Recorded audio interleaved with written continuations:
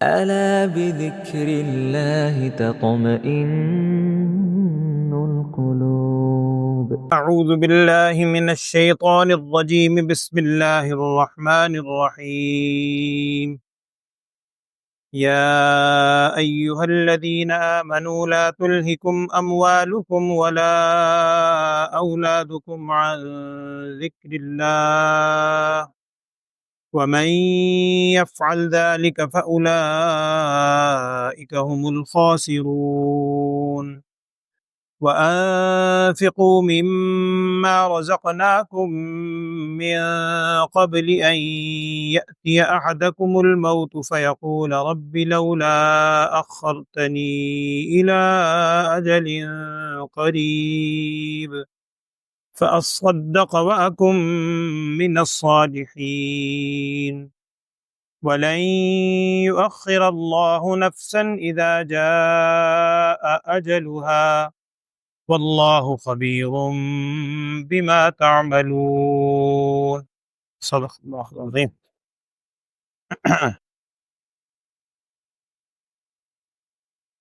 بسم اللہ الرحمن الرحیم.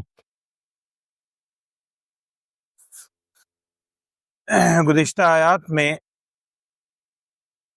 سورہ منافقون کی آیات تھی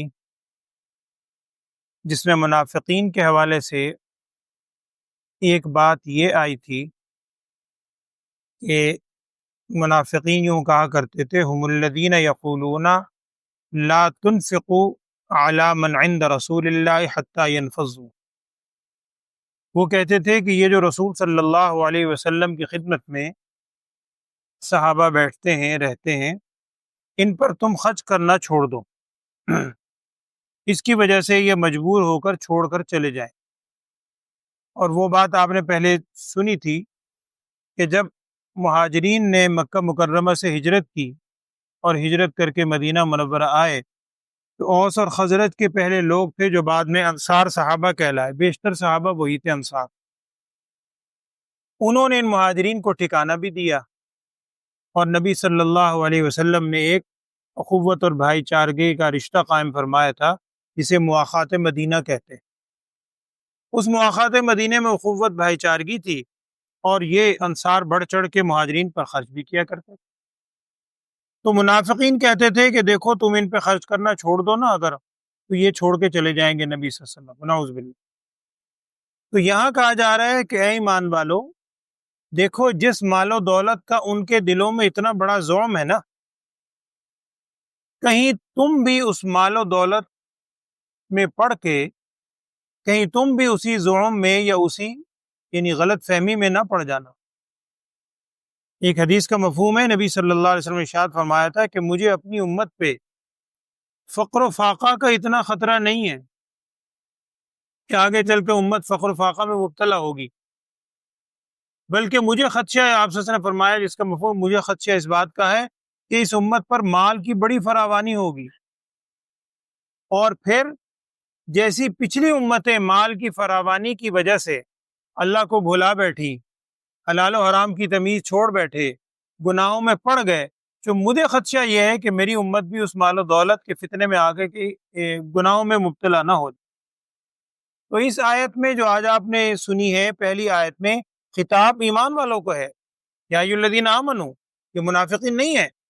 اے ایمان والو دیکھو لا تلہکم اموالکم ولا اولادکم عن ذکر اللہ. یہ مال اور اولاد قرآن میں پیچھے آپ وہ آیت سن چکے ہیں جس میں تھا کہ انما اموالکم و اولادکم فتنہ. یہ مال اور اولاد نعمت بھی یقیناً بہت بڑی ہے لیکن فتنہ بھی بہت بڑا ہے. حضرت عمر فاروق رضی اللہ تعالیٰ عنہ کا قول ایک دفعہ میں نے آپ سے عرض کیا تھا کہ ان کے دور میں بہت زیادہ مال غنیمت آیا اور کتابوں میں لکھا ہے کہ اتنا مال غنیمت آیا کہ اس مال غنیمت کے ڈھیر کے پیچھے عمر فاروق رضی اللہ تعالیٰ عنہ چھپ گئے. بہت زیادہ فتوحات ہوئیں، عمر فاروق رضی اللہ عنہ کے زمانے میں مال غنیمت آ رہا.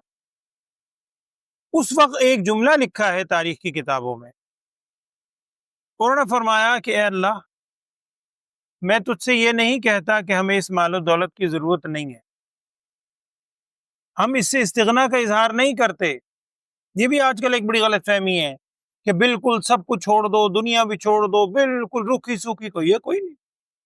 ٹھیک ہے، اگر اللہ تعالیٰ کی طرف سے حالات ہو وہ بالکل کرے، لیکن اللہ نے اگر مال و دولت دیا ہے، آپ صلی اللہ علیہ وسلم نے فرمایا تھا ان صحابی کو، ایک صحابی کو دیکھ کے کہ تمہارے پاس کچھ نہیں ہے ساز و سامان، انہوں نے کہا جی بہت کچھ ہے، جانور بھی ہیں اور وہ سب کچھ ہے غلہ وغیرہ۔ آپ صلی اللہ علیہ وسلم نے فرمایا پھر اس مال کا اثر تمہارے جسم پہ نظر آنا چاہیے۔ تو حضرت عمر فاروق رضی اللہ عنہ کو میں قول عرض کر رہا تھا، انہوں نے کہا کہ اللہ ہم یہ تو نہیں کہتے ہمیں اس مال کی ضرورت نہیں ہے، لیکن تجھ سے یہ التجا کرتے ہیں، یہ دعا کرتے ہیں، اس مال کو ہمارے لیے آزمائش نہ بنانا، اس مال کو ہمارے لیے فتنہ نہ بنانا، اس مال کے چکر میں ہم کہیں دوسروں کے حقوق پائمال نہ کریں، بلکہ اس مال کو ہمیں آخرت میں یعنی نیکی حاصل کرنے کا، آخرت کے بلندی درجات کا ذریعہ بنا۔ تو یہ ذریعہ اگر ہو تو پھر مال و دولت کا بہت بڑا مقام، بہت اللہ نے اس کو مقام دیا۔ اور ایک واقعہ کتابوں میں لکھا ہے، واللہ عالم مجھے چونکہ کنفرم نہیں ہے، حضرت عثمان غنی رضی اللہ عنہ کے حوالے سے کچھ کہتے ہیں لیکن کسی صحیح کتاب میں میری نظر سے نہیں گزرا۔ بہرحال کوئی اللہ والے تھے، عثمان غنی ہو سکتا ہے۔ لکھا ہے کہ ان کے زمانے میں، سنے ذرا ایک واقعہ بڑا عبرت والا ہے، یہ جب اللہ دیتا ہے نا مال و دولت اور دل اگر بڑا ہو اور اللہ تعالیٰ مال کی محبت نہ دے تو پھر کیسے کیسے واقعات ہوتے ہیں۔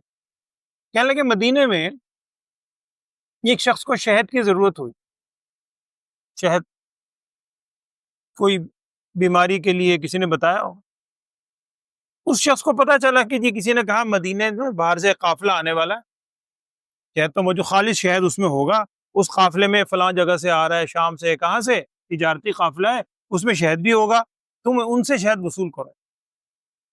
اس شخص کے دل میں خیال آیا کہ جی جب منڈی میں آ جائے گا، مدینے کی بکے گا تو ظاہری بات ہے منڈی میں کئی ہاتھ آئیں گے تو مہنگا ہو جائے گا، میں آبادی سے باہر جا کے نا وہیں سودا کر لیں، سستا مل جائے۔ اب یہ شخص باہر گیا اور جا کے اس نے پتہ چلا جہاں پڑاؤ ڈالا ہوا تھا آبادی سے دور کسی اگلے مقام پہ، وہاں جا کے ٹھہر گیا، بہت بڑا قافلہ تجارتی۔ اس نے کہا جی مجھے شہد چاہیے، انہوں نے کہا جی فلاں امیر ہے، یہ ان کا سارا قافلہ ہے۔ خیر ان کے پاس گیا، کہنے لگا جی مجھے شہد چاہیے، ضرورت ہے۔ خیر انہوں نے وہ جو قافلے کو چلانے والا تھا انچارج، اسے بلایا، بھائی وہ شہد والا مٹکے وہ یہ جس پہ ہے اونٹوں کا قافلہ وہ کہاں ہے؟ مالک ہے۔ وہ ایک اونٹ کھول کے لے آیا، اس کے دونوں طرف بڑے بڑے مٹکے جناب دو شہد کے بھرے رکھے۔ انہوں نے کہا یہ ضرورت مند ہے، ایک مٹکا اس کو دے دو، شہد کا مٹکا اس کو دے دو۔ اب اسے بڑا جھجک ہوئی، اس نے کہا جناب میں خرید نہیں سکتا، میری سکت نہیں ہے۔ انہوں نے کہا میں نے پیسے مانگے، ضرورت ہے نا، لے جاؤ۔ اب سنیں آگے، اب جب وہ شہد کا مٹکا اتار کے اسے دیا، اونٹ کو جب کھڑا کیا، اونٹ ان بیلنس ہو گیا۔ ہری بات ہے، ایک طرف سے وزن نکل گیا، ایک طرف سارا وزن ہے، اونٹ ایک طرف جھک گیا۔ اب اونٹ چلانے والے نے کہا کہ جناب یہ اونٹ اب کیسے چلے گا، اس کا تو وزن ہی ان بیلنس ہو گیا، یا تو خالی مٹکا لے کے بیلنس کریں۔ ان صاحب نے کہا، جو بھی بزرگ تھے واللہ عالم، انہوں نے کہا یہ مسئلہ کیا ہے؟ انہوں نے کہا جناب اونٹ ان بیلنس ہو گیا۔ انہوں نے کہا ان بیلنس ہے نا؟ انہوں نے کہا، کہنے لگے دوسرا بھی دے دو، دوسرا مٹکا دے دو، اب تو بیلنس ہے اب تو کوئی ایشو نہیں ہے۔ اب کہا جی ایشو تو کوئی نہیں۔ اس واقعے میں آگے لکھا ہے واللہ عالم، اس بندے کو بھی بڑا حوصلہ ہوا، انہوں نے کہا جناب دو مٹکے دے دیے، میں لے کے کیسے جاؤں گا انہوں نے کہا اونٹ چاہیے، کیا لگا اونٹ بھی دے دو۔ تو واللہ عالم، مجھے نہیں پتا، میں نے سنا یہ ہے کہ یہ قافلے کے امیر تھے حضرت عثمان غنی رضی اللہ تعالیٰ، واللہ عالم، ممکن ہے غلط ہے، صحیح ہے، میں اس سے نہیں بحث کر، لیکن اللہ والوں کو نا اللہ پھر اتنا بڑا دل دیتا ہے، پھر وہ نہیں ہے اگر مال و دولت، اگر حضرت عثمان غنی رضی اللہ عنہ کا واقعہ ہے، آج ہم ان کے نام کے ساتھ عثمان غنی، خالی عثمان بولے تو سمجھ بھی نہیں لگتی باتوں، تو اللہ نے دل بھی اتنا بڑا دیا ہے۔ تو عمر فاروق رضی اللہ تعالیٰ عنہ نے اس وقت یہ دعا کی کہ اللہ اس کو ہمارے لیے آزمائش نہ بنانا، فتنہ نہ بنانا۔ نبی صلی اللہ علیہ وسلم نے ارشاد فرمایا تھا کہ ہر امت کا ایک فتنہ ہوتا ہے، اور میری اس امت کا فتنہ مال ہے۔ قرآن کہہ رہا ہے ایمان والو، دیکھو لا تلہکم اموالکم ولا اولادکم عن ذکر اللہ، یہ مال اور اولاد کہیں تمہیں اللہ کے ذکر سے غافل نہ کر دے۔ اللہ کے ذکر سے ایک مفہوم تو یہی ہے، اللہ کے ذکر سے جو ہم سمجھتے ہیں نماز ذکر کی سب سے بنیادی صورت ہے، یا اور ذکر اذکار زبان سے کرنا، لیکن بعد مفسرین نے لکھا ہے کہ ذکر سے یہاں مراد صرف ظاہری ذکر تو ہے ہی، بلکہ ہر نیکی کا کام۔ یہ مال اور اولاد میں انسان پڑھ کے کہیں نیکی سے غفلت برتنا نہ شروع کر دے، دیکھو تم اس میں اپنے آپ کو ہلاکت میں نہ ڈالنا۔ اور اگر کسی شخص نے ایسا کیا، وَمَن يَفْعَلْ ذَلِكَ، جس نے ایسا کیا، فَأُولَٰئِكَ هُمُ الْخَاسِرُونَ، یہی لوگ خسارہ اٹھانے والے ہیں۔ تو مال اور اولاد فتنہ بھی ہے، اللہ تعالیٰ کی بہت بڑی نعمت بھی ہے۔ اسی کو اسی لیے آپ نے کیا فرمایا تھا کہ نیک اولاد صدقہ جاریہ بھی ہے۔ اگر اولاد کی صحیح تربیت کرے انسان، کوشش کرے، اور بعد میں یہ اولاد اس کے حق میں دعا کرے، نیک کام کرے، تو بعد میں انسان کے دنیا سے جانے کے بعد اجر و ثواب ملے گا۔ حدیث میں جو صدقہ جاریہ کی ایک سب سے بڑی صورت یہی ہے، نیک صالح اولاد۔ اللہ ہمیں بھی توفیق دے اس بات کی نیکی پہ کرنے کی۔ دوسری آیت میں پھر اسی کا ذکر ہے۔ اچھا، اگلی آیت میں کیا ہے؟ وَأَنفِقُوا مِمَّا رَزَقْنَاكُمْ، تم خرچ کرو، اور یہ خرچ جو کر رہے ہو نا، تمہارا کمال کوئی نہیں۔ ہمیں کسی نے پیسے دیے ہیں، باپ دیتا ہے بچے کو جو بھی ہے خرچے ورچے کے لیے، بچے کو ہی پتا ہے میرا تو کچھ نہیں، میں تو کماتا نہیں، ابا جی نے دیا، اب ابا جی نے دے دیا، اب ابا جی بچے کے ہاتھ سے دلواتے ہیں پیسے کہ بیٹا یہ ذرا اس کو دے دو۔ بچہ بڑا خوش ہوتا ہے کہ میں میں تھوڑی دے رہا ہوں، وہ دینے والے تو ابا جی ہیں۔ اللہ تعالیٰ فرما رہا ہے انفقو، تم خرچ کرو، کس میں سے خرچ کرو؟ مما رزقناکم، اس میں سے جو میں نے ہی تمہیں دیا ہے، جو میں نے رزق دیا ہے نا، اس میں سے کچھ خرچ کر دو۔ اس سے پہلے یہ انسان کی ایک فطرت ہے، بڑی آزمائش ہے، اللہ بچائے۔ اس سے پہلے کہ تم میں سے کسی کو موت آئے، اور جب موت آئے پھر یوں کہے لولا اخرتنی الی اجل قریب، اے اللہ تو نے مجھے مہلت کیوں نہ دی، ایک تھوڑی مدت کی، تھوڑی سی مہلت دے دے، فاصدق، اب میں صدقہ کروں۔ اور یہاں پر علماء نے بڑی بحث کی ہے کہ اگر عین موقع پر اخیر میں اگر وہ کرنا شروع کر دے نا اپنے مال کو کہ یہ میں مال اس کو دیتا ہوں، یہ اس کو دیتا ہوں، بعض لوگ تو کہتے ہیں اس کا اعتبار ہی نہیں، اس لیے کہ جب اب اس کو پتہ ہے کہ یہ مال وارثوں کے پاس جانا ہے، اب ادھر ادھر صدقے خیرات کے پیچھے لگ گیا، وہ تو وارثوں کو حق ہے۔ تو ایسی صورت میں اس سے پہلے کہ کسی کو موت یا موت کے آثار، بیماری، جو بھی آپ اس کا معنی لیں، اس سے پہلے کہ کسی کو موت یعنی اس کے آثار آئیں، اس سے پہلے تم خرچ کر لو، کہیں ایسا نہ ہو کہ اس وقت پھر یوں کہے کہ مجھے اللہ مہلت دیتا اور میں پھر صدقہ بھی کرتا اور بڑے نیک لوگوں میں سے ہو جاتا۔ حضرت عباس رضی اللہ تعالیٰ عنہ کے حوالے سے تفاسیر میں لکھا ہے، وہ فرمایا کرتے تھے کہ اگر کوئی شخص، کسی شخص پر حج فرض ہے، یعنی حج فرض کا مطلب اس کے سارے اخراجات وغیرہ اسباب موجود ہیں اور وہ حج نہ کرے، یا کسی پر زکوٰۃ فرض ہے، ظاہری بات مالدار پر ہی ہوگا اور وہ زکوٰۃ نہ دے، یعنی مالی طور پر کسی پہ کوئی عبادت فرض ہوئی تھی، فریضہ، اس نے اسے ادا نہیں کیا، اب وہ شخص موت کے وقت یہ تمنا کرے گا، حضرت عباس رضی اللہ عنہ نے کہا کہ وہ موت کے وقت یہ تمنا کرے گا کاش مجھے مہلت مل جائے تھوڑی سی۔ اور تفاسیر میں لکھا ہے کہ کسی شخص نے حضرت عباس رضی اللہ عنہ سے کہا، انہوں نے کہا حضرت آپ کیا کہہ رہے ہیں، یہ تو کافر کے بارے میں ہے، قرآن میں دوسری جگہ آتا ہے کہ وہ بعد میں تمنا کرے گا کاش مجھے، آپ نے پیچھے آیت پڑھی ہے ابھی ایک دو سپارے پہلے کہ کاش مجھے دوبارہ اگر مہلت مل جائے میں یوں کروں یوں کروں، کسی نے کہا حضرت یہ تو کافر کے بارے میں ہے، تو اس میں لکھا ہے حضرت عباس رضی اللہ عنہ نے یہی آیت پڑھی، کہنے لگے یہ کافر تھوڑی ہے، اوپر دیکھو ایمان والوں کا خطاب ہے، اے ایمان والو، یہ کافر تھوڑی ہے، قرآن میں ہی ہے کہ دیکھو اے ایمان والو تمہیں ہلاکت میں ڈالے، تم خرچ کرو جو ہم نے تمہیں رزق دیا ہے، اس سے پہلے کہ تم میں سے کسی کو موت آئے، یہ ایمان والے تو ہیں، کہیں ایسا نہ ہو کہ بعد میں وہ کاش کاش کرتا رہے کہ لولا اخرتنی الی اجل قریب، تو نے مجھے کیوں نہ مہلت دی ایک مدت تک، میں صدقہ بھی کرتا اور نیک لوگوں میں سے ہو جاتا۔ اور آخر میں وہی ایک اصولی بات ہے جو پہلی بھی کئی دفعہ آئی، وَلَن يُؤَخِّرَ اللَّهُ نَفْسًا إِذَا جَاءَ أَجَلُهَا، جب کسی کی اجل آ گئی، موت آ گئی، پھر اس کے بعد ہرگز تاخیر نہیں ہو، پھر اسے مہلت ملنے کا سوال ہی پیدا نہیں ہوتا۔ اور واللہ خبیر بما تعملون، جو کچھ تم عمل کر رہے ہو نا اللہ تعالیٰ اس سے بخوبی واقف بھی ہے۔ اور مجھے ویسے ایک مسئلہ ذہن میں آیا، آپ نے شاید یہ مسئلہ اہل علم سے سنا ہو، میں اس کی تفصیل نہیں بیان کر رہا، ویسے ہی ضمناً جو کہ ذہن میں آئے میں عرض کر دیتا ہوں۔ فقہ کی کتابوں میں نا ایک لفظ لکھا ہے امرأۃ فار، امرأہ فار، فرار ہونے والے کی بیوی، لفظی معنی یہ ہے۔ امرأۃ فار ایک بڑا مشہور مسئلہ ہے فقہ کی کتابوں میں کہ امرأۃ فار جو ہے اس کی طلاق مؤثر ہوتی ہے یا نہیں۔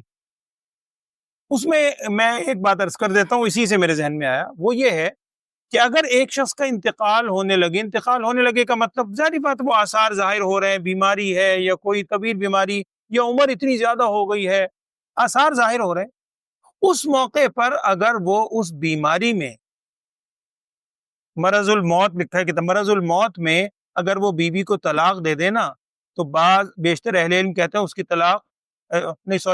کی طلاق مؤثر ہو نہ ہو، اس کو وراثت میں سے بیوی کو حصہ دیا جائے گا، اس لیے کہ ممکن ہے وہ عین وقت پہ بیوی کو طلاق اس لیے دے رہا ہو کہ یہ میری وراثت میں سے حصہ نہ ملے، یہ وراثت سے نکل جائے، اسے کہتے ہیں امرأۃ فار، کہ وہ فرار پکڑنا چاہتا ہے اس بیوی سے۔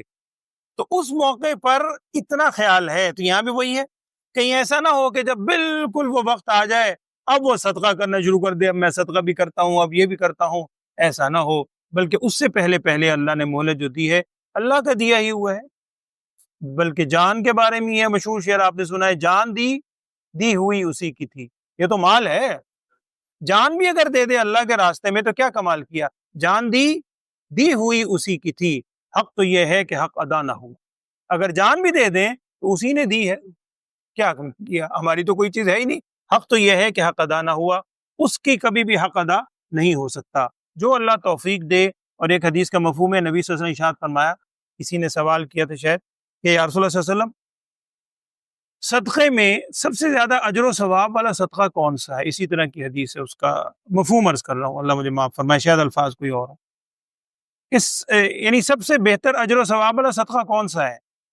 نبی صلی اللہ علیہ وسلم ارشاد فرمایا جس کا مفہوم ہے کہ ایک شخص صدقہ دے جب وہ تندرست بھی ہو اور اسے فقر و فاقہ کا خوف بھی ہو، صحت بھی ہے یعنی مال استعمال کرنے کی سکت ہے، بیمار نہیں ہے، اور غربت بھی ایسی ہے کہ فقر و فاقہ کا خوف ہے، اگر میں نے صدقہ کر دیا تو میں خود کیا کروں گا، اسی طرح کے اور ارشاد فرمائے اس موقع پر جو اللہ کے راستے میں دیتا ہے نا یہ صدقہ اجر میں بہت بڑا ہے۔ لیکن یہ بھی ذہن میں رکھیں اللہ تعالیٰ کے ہاں، آپ کئی دفعہ بات ہوئی، اللہ تعالیٰ کے ہاں کوالٹی دیکھی جاتی ہے، کوانٹٹی نہیں دیکھی جاتی، اللہ نے یہ تھوڑی دیکھا ہے کہ کتنا کیا، کیسا دیا۔ اسی وجہ سے قرآن میں کیا ہے کہ قیامت کے اندر اعمال کی گنتی نہیں ہوگی، اعمال کا وزن ہوگا، کوانٹٹی نہیں، گنتی نہیں ہے۔ وَنَزَعُ الْمَوَازِينَ الْقِسْطَ لِيَوْمِ الْقِيَامَةِ، قرآن کی آیت ہے، قیامت میں اللہ تعالیٰ فرما رہے ہیں کہ ہم قائم کریں گے قسط، موازین، ترازو قائم کریں گے جس میں اعمال کا وزن ہوگا، اعمال تھوڑے ہیں لیکن کتنے وزنی ہیں، اور اگر بہت زیادہ ہیں لیکن اخلاص سے خالی ہیں، سنت کے طریقے سے خالی ہیں، ریاکاری ہے خدا نخواستہ، تو زیادہ عمل ہونے کے باوجود ان کا وزن کچھ بھی نہیں ہے۔ بہرحال اللہ تعالی ہمیں نیک عمل کی توفیق دے، آمین۔ اعوذ باللہ من الشیطان الرجیم، بسم اللہ الرحمن الرحیم۔ یا ایھا الذین آمنوا، اے ایمان والو، اے وہ لوگو جو ایمان لائے ہو، لا تلہکم اموالکم ولا اولادکم عن ذکر اللہ، تمہیں ہلاکت میں نہ ڈال دیں، یعنی غفلت میں نہ ہو جاؤ، اموالکم ولا اولادکم، نہ تو تمہارے مال اور نہ ہی تمہاری اولاد، عن ذکر اللہ، اللہ کے ذکر سے، اللہ کے ذکر سے تم ہلاکت میں نہ پڑ جانا، غافل نہ ہو جانا ان چیزوں سے۔ ومن یفعل ذلک، اور جس شخص نے یہ کیا، فاولئک هم الخاسرون، یہی لوگ بڑے ہی خسارے والے ہیں۔ وانفقوا، اور تم خرچ کرو، اب آپ دیکھیں انفقوا میں خطاب کس کو ہے، وہ ایمان والوں کو، تم خرچ کرو، مما، اس چیز میں سے کچھ، رزقناکم، جو ہم نے تمہیں رزق دیا، جو ہم نے دیا ہے اس میں سے کچھ اللہ کے راستے میں خرچ کر دو، من قبل ان یأتی احدکم الموت، اس سے پہلے کہ تم میں سے کسی ایک کو موت آ جائے، فیقولا، پھر وہ یوں کہنے لگے، ربی، اے میرے رب، لولا اخرتنی الی اجل قریب، تو مجھے مہلت کیوں نہیں دیتا ایک مقررہ مدت تک، تھوڑی سی مجھے کاش مہلت دے دے، فاصدقا، میں صدقہ بھی کروں، واکم من الصالحین، اور میں نیک لوگوں میں سے ہو جاؤں۔ وَلَن يُؤَخِّرَ اللَّهُ نَفْسًا إِذَا جَاءَ أَجَلُهَا، اور ہرگز تاخیر نہیں کرے گا اللہ تعالیٰ کسی نفس پر، کسی پر ہرگز تاخیر نہیں ہوگی۔ کب؟ اذا جاء اجلها، جب اس کی مدت، جب اس کی موت کا وقت آ جائے۔ واللہ خبیر بما تعملون، اور جو کچھ تم عمل کر رہے ہو، دے رہے ہو، کس نیت سے دے رہے ہو، اللہ تعالیٰ ان تمام چیزوں سے بہت باخبر ہے۔ اللہ تعالیٰ قرآن پاک کی جتنی تعلیمات ہم روز پڑھتے سنتے ہیں، ہم سب کو عمل کی توفیق عطا فرمائے، اللہم آمین۔ الحمد للہ رب العالمین، اللہم صلی علی سیدنا و مولانا محمد وعلی آل سیدنا و مولانا محمد وبارک وسلم۔ اللہم ارنا الحق حقا وارزقنا اتباعہ وارنا الباطل باطلا وارزقنا اجتنابہ۔ اللہم اہدنا فیمن ہدیت وعافنا فیمن عافیت وتولنا فیمن تولیت وبارک لنا فیما اعطیت وقنا شر ما قضیت وقنا شر ما قضیت وقنا شر ما قضیت۔ یا اللہ ہم سب کے گناہوں کو معاف فرما، لغزشات سے درگزر فرما۔ یا اللہ ہم سب کو مال کی محبت سے محفوظ فرما۔ یا اللہ اس مال کو ہم تیری رضا میں سے خرچ کرنے کی ہمیں توفیق عطا فرما۔ ہر قسم کی مال کی اور دیگر آزمائشوں سے، فتنوں سے ہم سب کو اور پوری امت کو محفوظ فرما۔ پاکستان کے حالات کے حوالے سے بھی خصوصیت سے دعا فرمائیں۔ اللہ تعالی ہم سب کو صحیح فہم عطا فرما۔ ہم سب کو یا اللہ ایک اور نیک ہونے کی توفیق عطا فرما۔ یا اللہ جو اہل اقتدار ہیں ان کو بھی ہدایت کی توفیق عطا فرما۔ ہماری عوام کو بھی یا اللہ عقل و شعور کی توفیق عطا فرما۔ ہم سب کو یا اللہ ہر قسم کے فتنوں سے محفوظ فرما۔ ہم سب پر اور پوری امت پر عافیت والا، سلامتی والا معاملہ فرما۔ وصلی اللہ تعالی علی خیر خلقہ سیدنا و مولانا محمد وعلی آلہ و اصحابہ اجمعین، آمین برحمتہ۔